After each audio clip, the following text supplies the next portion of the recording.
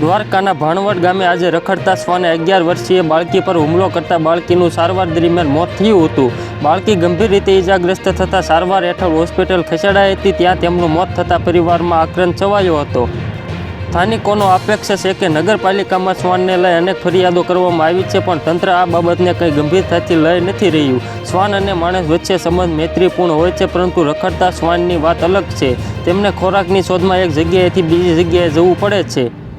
આવામાં તેમનો સ્વભાવ બદલાતો રહે છે। ટ્રાફિકનો મોટો અવાજ, રસ્તા પર કચરો નાખવાની સામાન્ય આદત, રસ્તા પર ઝબકતી લાઇટો શ્વાનોને અસર કરે છે અને તેઓ આક્રમક બની જાય છે। ઘણીવાર આ રખડતા શ્વાન ટોળું બનાવી લે છે અને તે ખતરનાક બની શકે છે।